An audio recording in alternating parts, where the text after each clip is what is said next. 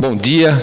Eu primeiro agradecer a organização, me dar a oportunidade de voltar aqui a Fortaleza, agora num evento voltado para um público mais amplo e não só para falar para o sistema de justiça, mas falar para gestores. Não sei se temos médicos, enfim, integrantes do sistema de saúde na plateia, e se temos um, pelo menos, eu já começo cumprimentando pelo Dia dos Médicos, não é? Hoje, 18 de outubro, é o Dia do Médico, então, cumprimento a vocês aí que ali fizeram o juramento de Hipócrates e tem uma missão tão nobre, né? Que é cuidar da gente. E quem é que não lembra dos senhores ali no momento da primeira dor de barriga, né? Eu, pelo menos, sou alguém extremamente hipocondríaco, então sempre que tem alguma coisa me socorro do meu médico de família para tentar me ajudar. Então, parabéns aos senhores.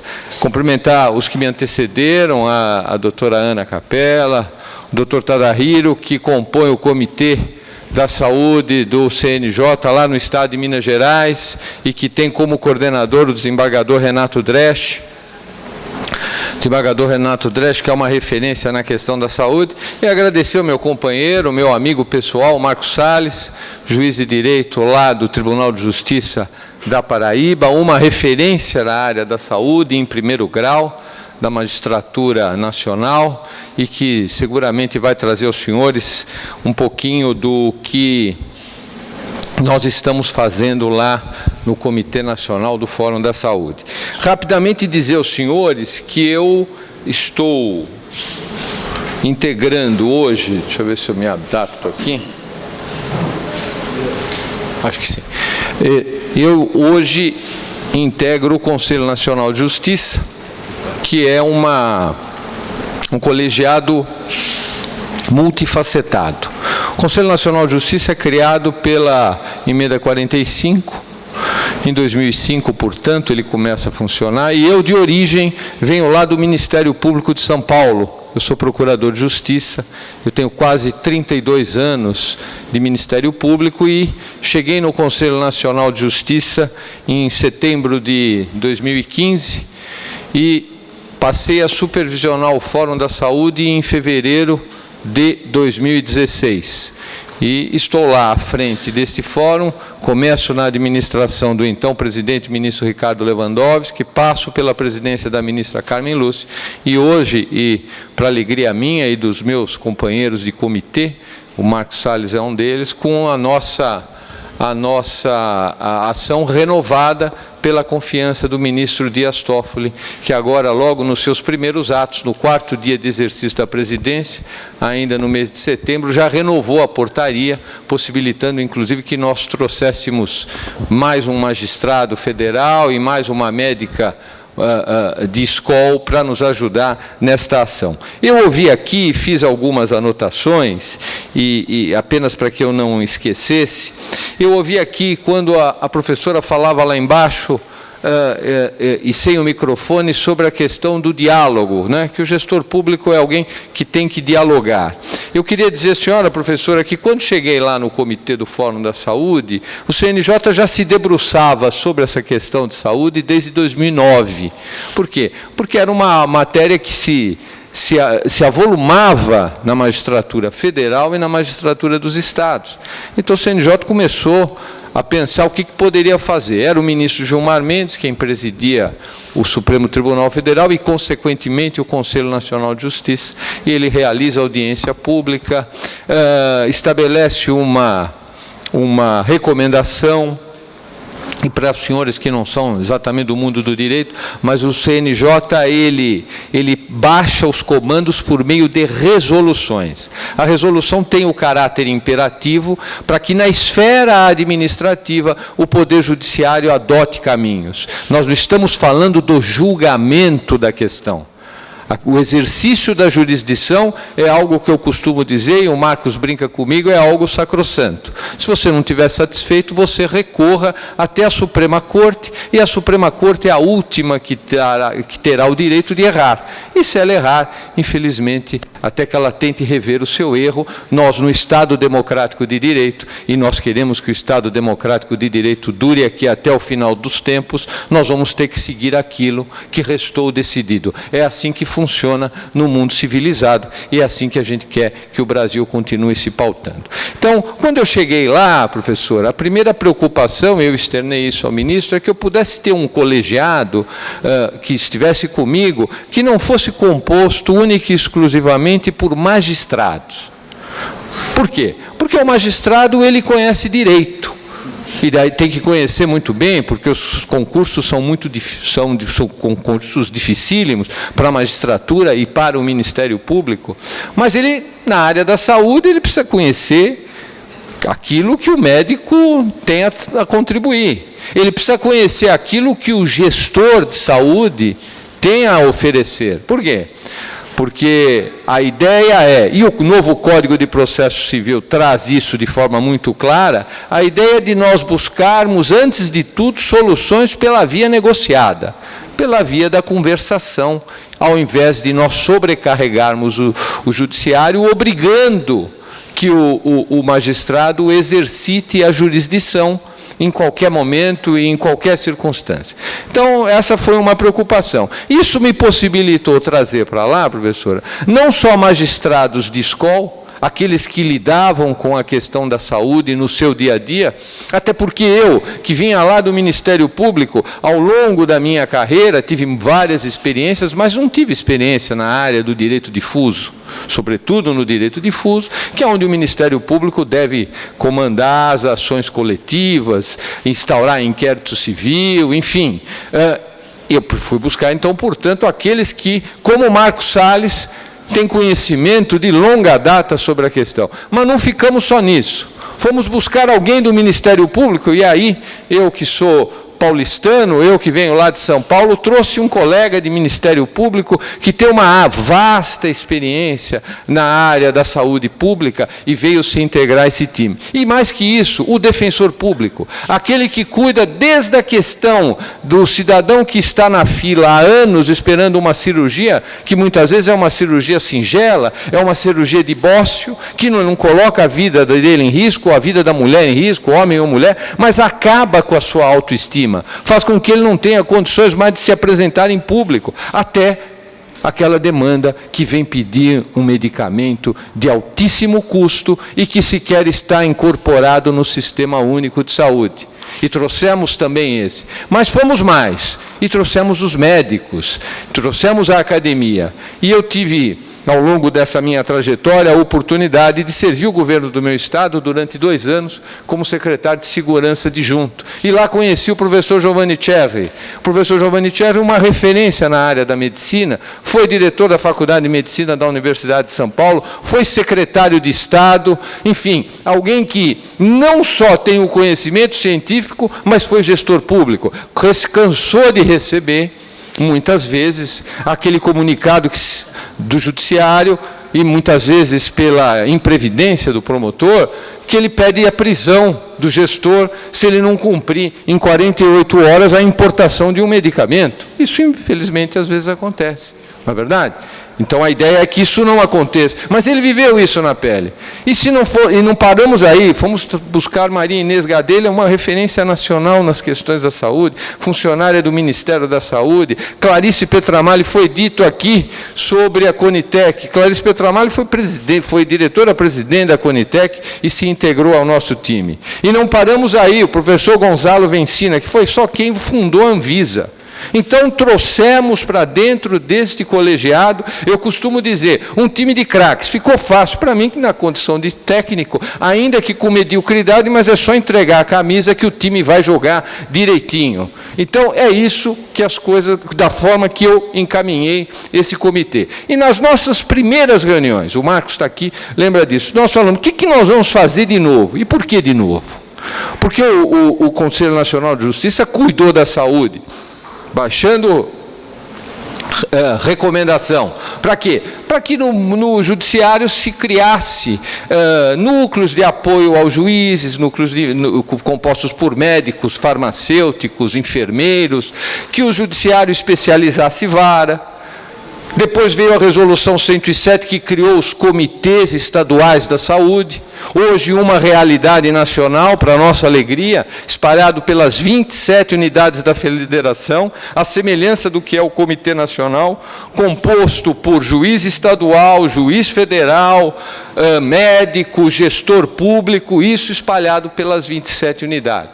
Vem a Resolução 107, que cria esta obrigatoriedade. O Conselho Nacional de Justiça produz 2 encontros nacionais quando são produzidos os enunciados na questão da saúde pública e suplementar, maio de 2014 e maio de 2015. Então, já tinha uma vasta produção. Começamos, então, a modular a tabela de ações de demandas judiciais na área da saúde, para que pudéssemos começar a ter algum panorama do que vinha acontecendo. Mas quando chegou lá, falou, o que nós podemos fazer de novo? Fomos visitar alguns tribunais e diagnosticamos que era necessário que o Poder Judiciário desse ao magistrado a possibilidade de socorrer de um corpo técnico de profissionais da área da medicina, para quê? Quando ele, diante das demandas judiciais, e sobretudo aquelas demandas judiciais, a fala do Dr. Arahiro me deixou muito confortado, porque ele, com a sua capacidade de comunicação, trouxe aqui um conceito que o nosso desembargador Gebran, o Antônio Gebran, aquele Antônio Gebran lá do TRF4, João Pedro Gebran do TRF4, que ele, embora hoje componha uma turma criminal, mas a especialidade dele e o carinho dele é pelo direito sanitário, pelas questões que envolvem a área da saúde, costuma chamar da boa judicialização, que é a judicialização estruturante. Mas não é essa que nos preocupa, não é essa que constrange o orçamento necessariamente. A que constrange o orçamento é aquela que vai buscar aquilo que não está oferecido no Sistema Único de Saúde. E aqui, um aprofundamento sobre um conceito que o doutor trouxe. A questão do direito à saúde, embora ele esteja no artigo 6º da Constituição da República, e não cabe a mim aqui vir falar de como o magistrado se orienta para julgar. Isso não me diz respeito. Eu componho uma corte administrativa que tenho por dever cuidar de implementar uma ferramenta, de desenvolver uma política para que o judiciário possa exercer a jurisdição com mais capacidade, com mais propriedade. Mas avançando aqui, hoje o entendimento da Academia do Direito é que o direito à saúde não é um direito social, é um direito fundamental. Por quê? Porque ele implica em vida. Ora, se nós chegamos a esta compreensão, os senhores já podem ver o tamanho do abacaxi que o juiz de direito tem para descascar. Quando ele recebe lá uma inicial, e eu fiquei feliz em ouvir aqui o doutor trazendo esta fala, uma inicial que jamais poderá chegar ao judiciário, que funciona pelo princípio da inércia, sem que tenha lá um singelo receituário, assinado por um médico, que muitas vezes nem se preocupa em seguir a legislação, que obriga ele a preencher o receituário com alguns critérios, mas a ação será instruída com esse receituário, ainda que singelo, e também terá um profissional do direito, ou um advogado, ou um defensor público, ou um Ministério Público, indo a juízo, fazer que o judiciário se manifeste e decida aquilo que a população brasileira, que tanto sofre, mas que recebe no texto constitucional uma gama de direitos, em que ela tem no Poder Judiciário o último refúgio, né, de esperança de que aquilo que lhe foi dito como verdadeiro possa se efetivar. E o doutor trouxe aqui e facilitou a minha vida quando ele fala sobre a tal questão da integralidade. Será que integralidade é tudo para todos? E nós sabemos que não há orçamento possível para isso. E vejam os senhores, sobretudo os gestores, vamos voltar lá à Constituição originária, ao artigo 55 das disposições transitórias. Lá já se dizia que o poder público deveria investir 30% do orçamento em saúde pública. e hoje talvez o governo federal esteja na faixa do 6,7 ou 7 redondo, e não passa disso. É um orçamento aquém das referências internacionais, e eu não estou chegando nos Estados Unidos da América, que gasta 21%, e o sistema de saúde público lá não é nenhuma referência para nós, né? O sonho de todos é aquela história, não, mas o FDA lá, ele fez o registro, o Brasil tem que registrar também, só que lá ele faz o registro, mas o poder público não entrega nada de graça, hein? É importante que você tenha isso muito presente. Mas voltando para o que nós fizemos aqui. Bom, nós fomos meditar como poderíamos construir esta ferramenta. E essa ferramenta custa dinheiro. E tem uma norma lá na Constituição Federal que diz que os tribunais, eles têm autonomia orçamentária. Então não pode o CNJ chegar e obrigar o tribunal a criar uma rubrica para gastar na construção de uma ferramenta destinada à solução específica da questão da saúde, ou melhor, do encaminhamento de alguma solução. E por que faço esse registro? Porque o magistrado, amigos, ele está submetido à Constituição, à legislação infraconstitucional e à sua consciência. Ele não está submetido ao regramento normativo que o Poder Executivo baixar. Ele não está submetido aos normativos que a agência reguladora baixar. É importante que a gente tenha isso muito presente. E eu me lembro que, certa feita, participei de um debate com um grande estudioso da área da judicialização, na área da saúde, um sino-brasileiro, um grande estudioso, é o Daniel Young, eu acho que os senhores, aqueles que já tiveram a oportunidade de assisti-lo, muito brilhante, mas ele dizia, eu não consigo compreender como no Brasil a judicialização tem este tamanho, que só perde proporcionalmente para a Colômbia, a judicialização consegue ser maior do que a nossa. Eu não entendo porque na Inglaterra a judicialização é quase que inexistente. Porque lá a nossa Conitec, que o doutor trouxe aqui, que lá é o NICE, quando eles deliberam, o cidadão acata.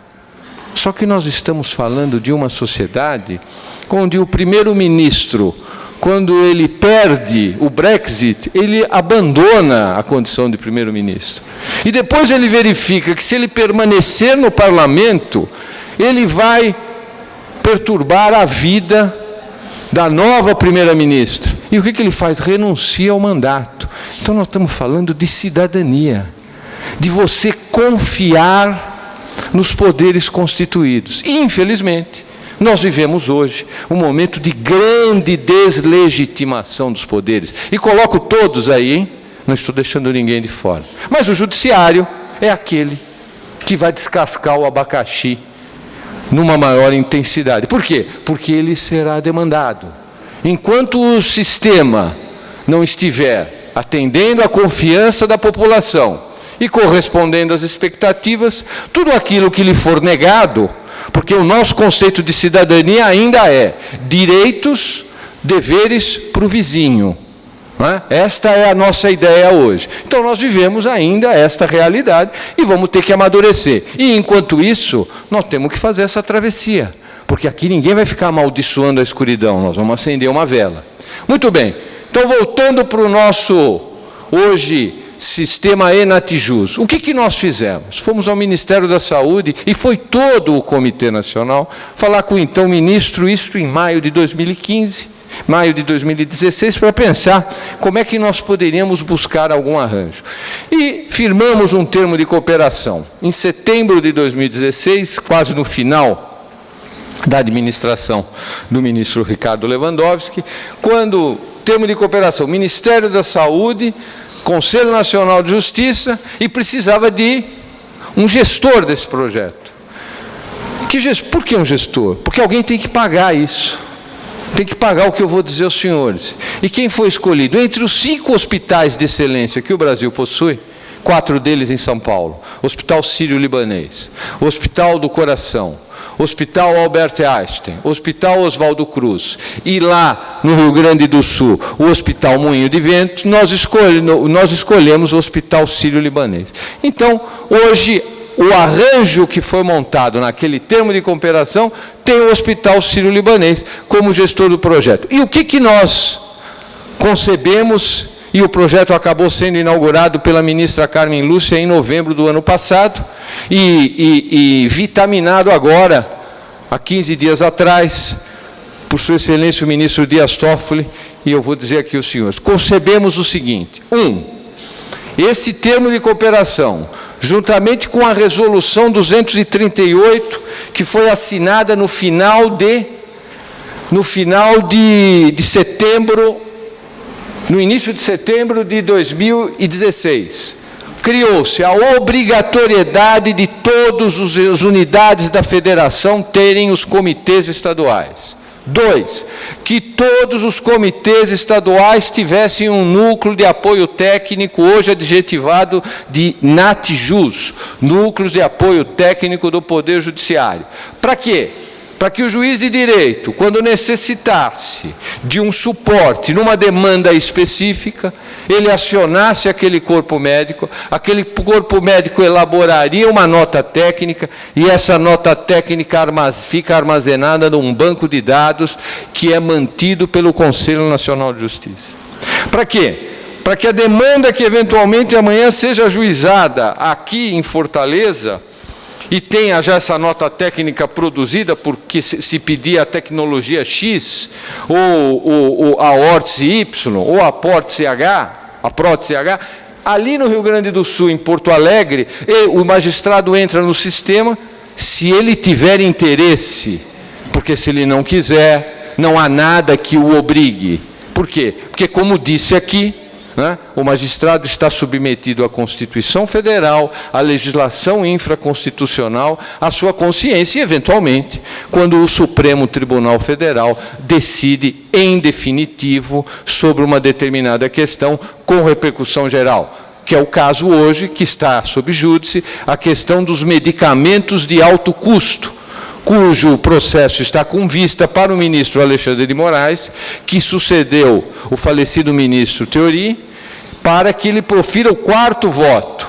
Mas, já adianto aos senhores, daquilo que os 3 votos que antecedem, e já publicados, do ministro Marco Aurélio, do ministro Fachin e do ministro Barroso, e os senhores, se tiverem curiosidade de fazer a leitura, verificarão que, na excepcionalidade, porque nós estamos falando de direito à vida, vai se entregar, sim, aquilo que está fora do Sistema Único de Saúde. Até aqui, este é o quadro. Então, aquele que se candidatar a ser gestor tem que ter isto no horizonte. Na excepcionalidade. E o que é esta excepcionalidade? Evidência científica, que é o pilar do nosso projeto. A nota técnica há de ser elaborada com base em evidência científica. E para isso pudesse acontecer, o que fizemos nós? Um curso de capacitação para todos os integrantes dos NATJUS, ministrado por quem? Pelo Hospital Sírio-Libanês. Para quê? Para que as notas técnicas tenham um padrão nacional, sejam solicitadas com base em alguns parâmetros e tenham as suas respostas orientadas por alguns parâmetros.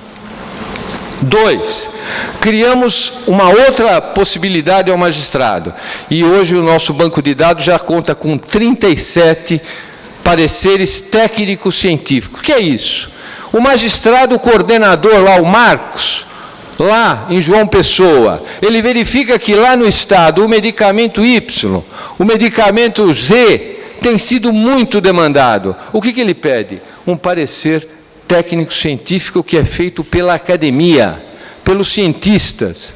E nós escolhemos 5 núcleos de excelência, um deles lá em Belo Horizonte, para que nós possamos acionar quando a questão é oncológica, quando a questão é relacionada com problema genético, enfim, aquele ambiente onde é possível vir, com base na literatura e na experiência nacional e internacional, o que tem de evidência científica. E o que tem no sentido de apontar que aquilo que já está disponibilizado no sistema SUS não é suficiente para dar conta daquela moléstia.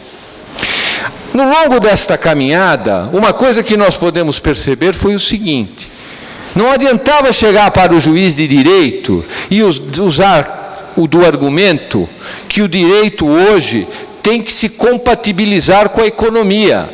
Nós sabemos que isto hoje, nos Estados Unidos, isso é a pura realidade. A decisão judicial tem que valorar como nós vamos fazer para que encontremos recursos. Eu dou um exemplo aqui para os senhores. Recentemente, o Superior Tribunal de Justiça julgou que o cidadão que se aposenta e amanhã revela a ele a necessidade de um cuidador, a sua aposentadoria será majorada em 25%. Então vejam, a nossa lógica ainda não é essa, que necessariamente, às vezes, mas isso é coisa de louco. Esta é a nossa realidade. E a nossa realidade, para ser transformada, ela será transformada mediante sensibilização e compreensão do que está sendo proposto. Não será de outra forma. Por isso que quando eu sou chamado para falar, qual é a minha preocupação? É não trazer aqui para os senhores apenas o diagnóstico. É dizer o que nós estamos fazendo para tentar melhorar o quadro. E o que nós estamos tentando fazer? Qualificar a decisão judicial.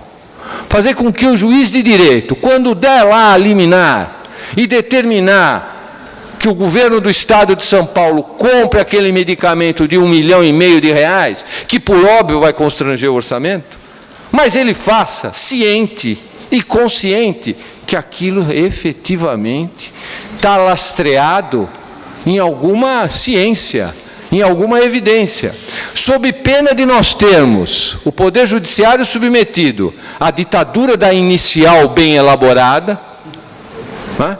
Ou o uso do Poder Judiciário de forma marginal, eu canibalizar o Judiciário. Por quê? Porque eu ludibrio o magistrado, consigo eliminar, obtenho o recurso, isso poderá servir para alimentar criminosos, para desenvolver medicamento, à custa de um orçamento que já é, por definição, hoje, à luz, pelo menos, dos critérios que eu estou trazendo ao senhor, deficitário. Mas o Brasil vive um momento de orçamento deficitário como um todo. Então, o que é importante fazer? A boa decisão judicial, além de proteger a vida do cidadão, e recentemente nós tivemos um evento em Vitória, e o desembargador Gebran levou o desembargador Paulsen para falar sobre o uso de medicamento off-label, fora do sistema, e os riscos para a saúde do demandante, que muitas vezes as consequências são piores do que aquilo que foi dito que traria de benefício. Por quê? Porque, por isso, não há teste suficiente dizendo que aquilo trará o benefício que, de fato, tem sido proclamado. Esta resolução, então, portanto, em conjunto com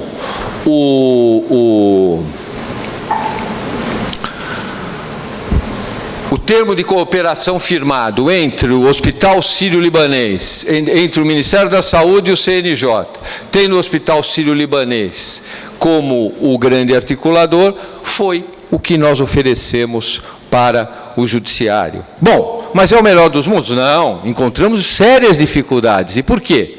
Porque imaginem os senhores que nós criamos um sistema, uma base virtual que conecta o Brasil na sua integralidade. E nós tivemos sérios problemas de TI, que foram solucionados agora. Ou seja, muitos dos comitês tiveram que trabalhar fora do sistema, produzindo as suas notas técnicas, e agora que o sistema está testado e aprovado, estão incorporando aquilo que foi produzido e já estão fazendo as solicitações via sistema nacional. 2, nesse banco de dados, ao menos, nós temos hoje aberto a consulta pública 37 pareceres técnicos científicos sobre os medicamentos mais variados fora do sistema SUS. E muitas vezes a pergunta que vem, mas tem parecer técnico científico que a Conitec já elaborou? Elaborou no passado e, se o parecer técnico científico da Conitec descartou a incorporação, levando em conta unicamente a questão relação custo-benefício, esse não é o critério que necessariamente vai orientar o magistrado. Eu queria dizer aos senhores o seguinte, o Brasil tem a Anvisa, o Brasil tem a Conitec, o Brasil tem a ANS. E por que o governo federal se dispôs a dar um pedacinho do orçamento para preparar o Poder Judiciário, para capacitar o Poder Judiciário, para entregar esta ferramenta que não é nem obrigatória de uso? Porque o Executivo demorou, mas compreendeu o seguinte: o magistrado quer ter ele o domínio na produção do conhecimento científico. A resolução 238 que eu passei aqui aos senhores, ela traz algumas coisas que são exemplos de que aquele conceito de transparência que há 30 anos atrás tinha a ver com a ótica, está definitivamente introduzido nas relações do poder público com a população. Por quê? Porque cada núcleo de apoio técnico do Poder Judiciário tem hoje, publicado no Diário Oficial, quem são os médicos que estão à disposição do magistrado naquele estado para a realização da nota técnica. Dizer aos senhores também que esse projeto foi convidado para ser explanado fora do Brasil 3 vezes. No Harvard Conference, no Brasil Harvard Conference em 2017, na Universidade de Colômbia em outubro do ano passado, e no encontro, o 8º Encontro Mundial dos Medicamentos para Doenças Raras. Quem patrocina esse 8º encontro? Claro, na maioria deles, os laboratórios, que estão no seu papel. O doutor dizia aqui com muita tranquilidade, nós não demonizamos ninguém também lá no comitê. Cabe a nós controlarmos as pressões e criarmos algo que dê ao juiz de direito a condição de decidir da melhor maneira possível. O laboratório está no seu papel. Se nós não criarmos mecanismos de defesa, nós vamos sucumbir. Por quê? Porque hoje as questões relacionadas com o desenvolvimento de tecnologia na área da saúde, a velocidade é supersônica. Se nós voltarmos lá para a Inglaterra, pena que a Maria Inês Gadelha não está aqui para falar para os senhores com mais cautela, falávamos do NICE. O doutor trouxe até alguns dos parâmetros. Quando o Cameron era lá o primeiro-ministro, ele criou um sistema paralelo ao NICE, para entregar o que fosse pedido. Estamos falando de libra esterlina. Quebrou, fechou a ideia que ele teve. Não estamos falando da Inglaterra, hein? Que tem 80 milhões de habitantes, não é isso? Aqui nós estamos falando de 208 milhões de habitantes. 75% usa o Sistema Único de Saúde. 25% usa a saúde suplementar. E diminuindo, e caindo. Por quê? Porque o plano de saúde custa caro. Poderíamos aqui falar depois um pouco de saúde suplementar. Por quê? Porque a portaria, inclusive, que o ministro Dias Toffoli assinou agora em setembro, deixa claro que a nossa função é qualificar o exercício da jurisdição na área da saúde pública e na área da saúde suplementar. Por quê? Porque o efeito é dominó. Se eu inviabilizo o público, eu acabarei inviabilizando o suplementar para a grande massa que ainda tem condições de ter. Por quê? Porque o preço fica algo astronômico e ninguém vai ter condição de pagar. Dizer aos senhores, e para que eu possa deixar o Marcos Salles falar um pouco e depois todo mundo ir almoçar, dizer que paramos por aí? Não. Continuamos inaugurando os NATJUS por todo esse Brasil. Saio daqui hoje para ir a Goiânia, inaugurar um NATJUS lá, amanhã de manhã, na presidência do Tribunal de Justiça e com o juiz federal que responde pela seção judiciária naquele estado. Por quê? Porque a sinergia produzida está trazendo resultado. É um comitê estadual em cada unidade da federação atuante, buscando as soluções dentro do ordenamento legal vigente. Nós ainda não resolvemos a questão da integralidade. A judicialização hoje ainda tem várias inspirações. E aqui, eu trago aqui alguns números, para os senhores terem uma ideia, de 2014 a 2017, na área de saúde, números atualizados até 2017, mas como nós estamos mudando as tabelas de distribuição de demandas judiciais, você tem que fazer um trabalho quase que de formiguinha ali no Justiça em Números do CNJ. Vejam os senhores o que nós temos aí de processos em 3 anos na área da saúde. 1.778.000. Fornecimento de medicamentos, nós temos 1/3 dos processos. E é importante ter presente que nós temos aquelas 2 judicializações que o doutor falou. A boa judicialização, que é a judicialização estruturante, é aquilo que, se o poder público não consegue entregar, nós vamos ter que cobrar. E aí o comitê estadual é o espaço adequado para que eu faça o diagnóstico da problemática. Eu pego o meu estado, o estado de São Paulo, região mais pobre do meu estado, o Vale do Ribeira. Está faltando lá antibiótico para qualquer moléstia singela ali no posto de saúde. Nós não vamos ficar resolvendo por meio de uma demanda atrás da outra, vamos resolver de forma macro. O Ministério Público entra na história, ajusta o termo de conduta, a prefeitura local resolve, o governo do estado entra em ação. Lá em São Paulo, meu amigo Dr. Davi Uip, até então secretário da Saúde, até 6 meses atrás, criou o Acesso a SUS, que me possibilita identificar se uma determinada região do estado tem carência em medicamento que está fixado na lista do SUS. Ou seja, é aquela judicialização que, se o poder público não resolver, nós vamos ter que resolver pela via judicial. E a outra judicialização, que é esta judicialização fora do sistema público de saúde, aquilo que está fora, essa judicialização, ela tem que ser exercitada na excepcionalidade e com evidência científica. O que nós estamos fazendo? Que o juiz possa fazer esse diagnóstico com precisão, com segurança, quando vai deferir ou quando vai indeferir a inicial. Porque, deixo claro aqui aos senhores, essas são as razões que levam à judicialização. Direito fundamental. Acabou essa história que é um direito social. É um direito fundamental. O incentivo do Poder Judiciário. Por quê? Porque na medida que eu vejo, por falta de conhecimento científico na área, eu entro com uma liminar, com pedido de liminar, e eu vou ter aquilo que eu estou pedindo deferido, eu falo, bom, então está fácil. É só entrar que eu vou ganhar. Sobretudo ainda hoje, que vigora a ideia da solidariedade, eu posso ajuizar a demanda lá na vara da comarca de Juqueí, como eu posso ajuizar lá em Brasília, na vara federal.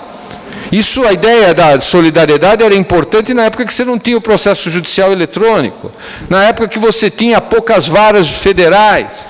Determinada demanda contra um município pequeno, eu quebro as finanças do município. Eu coloco ali, acesso à justiça, foi ampliado.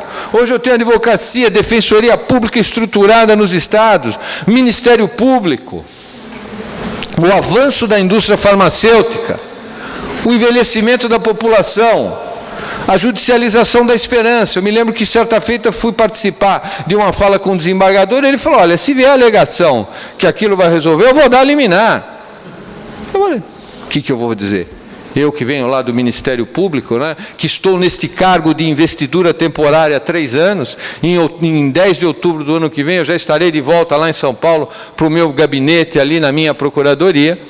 Eu falo, a ideia vai ser o quê? Muita conversa. Vejam os senhores que a conversa tem sido tão boa, que na última reunião de trabalho que nós tivemos no Hospital Sírio-Libanês, com o corpo técnico de cada estado, com os magistrados, nós tivemos 3 ministros do Superior Tribunal de Justiça acompanhando a reunião. E os frutos disso, o STJ leva para dentro do tribunal, agora dia 24, uma discussão de exatamente isso que nós estamos falando aqui. Evidência científica, até que ponto eu vou entregar o medicamento que, embora registrado na Anvisa, mas a Receita não guarda relação para a moléstia que está sendo entregue, embora até sistematizado no sistema SUS, mas não para uma moléstia que não aquela que efetivamente ela está registrada. Enfim, discussão, muita conversação, muito diálogo. Por quê? Porque a solução não está única e exclusivamente no exercício da jurisdição. E para terminar, uma notícia: recebi determinação de Sua Excelência o Presidente para que buscássemos agora mais um avanço. Qual avanço? Alguns estados da federação têm dificuldade de criar um núcleo de apoio técnico. Por quê? Porque o núcleo de apoio técnico é a semelhança da realidade daquele estado. Então, eu vou buscar na academia, no Conselho Regional de Medicina, eu vou buscar, portanto, já falei, na universidade, eu vou buscar na Secretaria de Estado, mas às vezes eu não tenho um corpo técnico que tem um conhecimento científico. Ah, mas vocês não estão fazendo o curso nacional? Sim, mas o curso nacional é ele saber como vai pedir a nota técnica, como vai elaborar a nota técnica, mas se eu tiver um quadro diminuto, um quadro de pouco recurso, né, então aquele estado vai ficar constrangido na hora de fazer as solicitações. Então, a nossa missão agora é construir um núcleo de apoio técnico nacional, que vai ficar, claro que no mundo virtual, sediado no Conselho Nacional de Justiça, que servirá para o magistrado, lá, por exemplo, de Porto Velho, eventualmente, que o seu Natijus não consegue atender aquela demanda em tempo breve, é óbvio, porque as questões da saúde, embora como bem diz Inês Gadelha, emergencial, urgência, é quando está morrendo. Se o médico não atender, ele vai responder por homicídio culposo, se a pessoa sucumbir. Não há urgência urgentíssima para um medicamento oncológico. Pelo contrário, ele não vai fazer efeito da noite para o dia.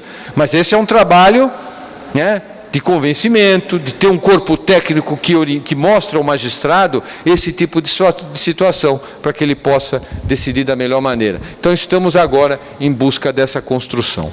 Eu falei aqui exatamente meia hora, eu teria um pouco mais a falar, mas vou pedir desculpas aos senhores, porque terei que partir. E o Marcos, que se aqui também não tivesse vindo, Marcos falaria exatamente a mesma coisa. Por quê? Porque lá no Comitê Nacional da Saúde nós trabalhamos de forma horizontal, o conselheiro tem o privilégio de ser o interlocutor, mas o trabalho é desenvolvido por todos nós. Se conseguimos avançar hoje, conseguimos porque o Comitê Nacional da Saúde do Poder Judiciário funciona de forma harmônica, ouvindo todos e deliberando tudo de forma consensuada. É assim que nós entendemos que gestor público, profissional de medicina e o sistema de justiça contribuirão para que essa questão possa, se não ser resolvida, porque nós não somos aqui mercadores de ilusão, mas pelo menos nós consigamos mudar o patamar atual. Muito obrigado, um abraço a todos.